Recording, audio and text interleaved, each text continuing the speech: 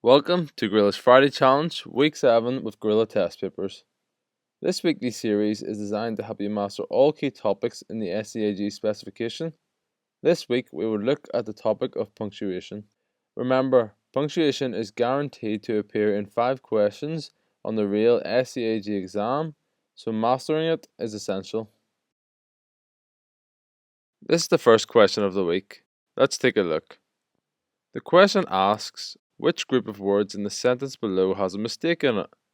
If there is no mistake, the answer is N. The sentence is, football practice is on Tuesday, but it's cancelled if it rains. Pause the video now to try the question yourself. Alright, let's go through it together. The learning point for this question is that capital letters are used at the start of sentences and for proper nouns. Proper nouns are specific names for people, places, or things. In this question, we're looking for a punctuation mistake. Using our learning point, we can see that the sentence includes the word Tuesday, which is the name of a specific day of the week, and days of the week are proper nouns.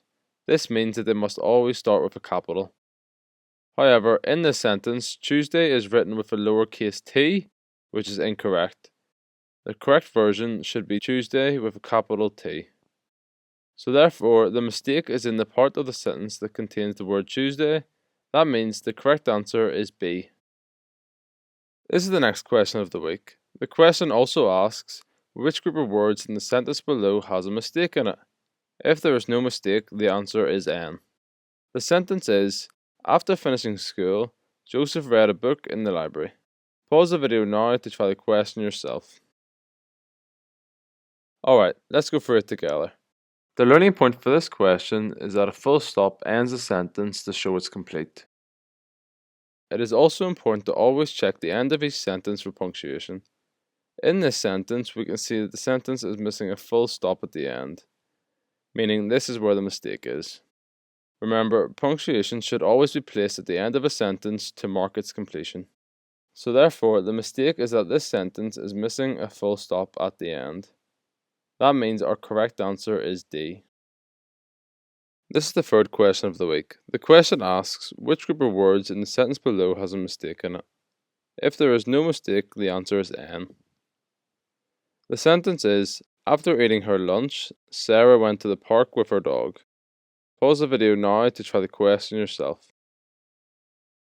Alright, let's get into it. The learning point for this question is that commas are used to separate introductory phrases, items in a list, clauses, or extra information to make the sentence clearer. For this question, we're also looking for a punctuation mistake. In this sentence, the phrase after eating her lunch is an introductory phrase, and according to our learning point, introductory phrases should be followed by a comma to make the sentence easier to read and understand. However, in this sentence, there is no comma after the introductory phrase. So therefore, the mistake is that this sentence is missing a comma after the introductory phrase. That means the correct answer is B. This is the next question of the week. This question asks, which group of words in the sentence below has a mistake in it? If there is no mistake, the answer is N. The sentence is, Tom won the race despite his injuries and felt really proud. Pause the video now to try the question yourself. Alright, let's go through it together. The learning point for this question is that brackets are used to add extra information or details that aren't essential to the main sentence. Also, it's important to note that brackets always come in pairs. There should always be one opening bracket and one closing bracket. The mistake here is that there is a closing bracket which appears without an opening bracket to match it. To find where the mistake is, we need to think about where extra information or details are added to the sentence, as that is what brackets are for. In this case, the phrase, despite his injuries, is the extra information that explains why Tom's victory was so impressive. So, the opening bracket should come right before the start of the extra information, which is the phrase, despite his injuries. Therefore, the mistake is just before despite, as this is where the opening bracket is missing.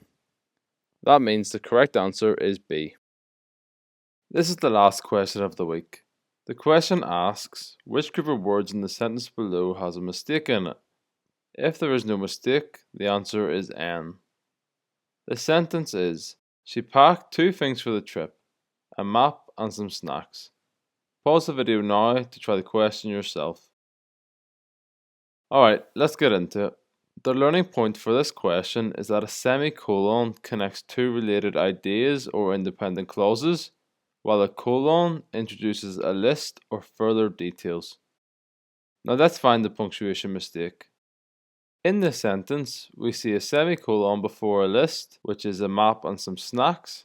However, according to our learning point, a semicolon should not be used to introduce a list. Instead, a colon should be used because it introduces the items that were packed for the trip. So therefore, the mistake here is that the semicolon should be replaced with a colon. This means that the mistake is in section C. This is our correct answer. Here is this week's recap. So make sure to learn these points to ace the punctuation section of the SEAG test.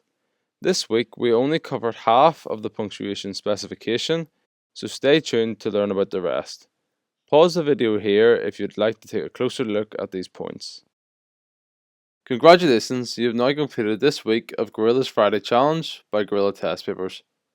If you're looking for more SEAG materials, head over to our site at www.gorillatestpapers.co.uk for all the resources you need.